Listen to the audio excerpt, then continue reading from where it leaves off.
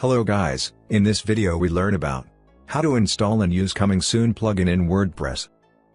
Coming Soon plugin is a useful tool for website owners who want to create a landing page or maintain a website while it is under construction. Log into your WordPress dashboard. Go to the Plugins section and click Add New. Click on Upload Plugin. Click on Choose File button. Now select on your plugin, then open. Again, click on Install Now. After installed plugin, click on Activate Plugin. Your plugin is successful activated. Now click on Coming Soon plugin. Set website mode, then click Save button. Now click on Check Live Preview. Your plugin is successful run on your website. The plugin also enables you to hide your website's content and maintain the website's SEO while you work on it.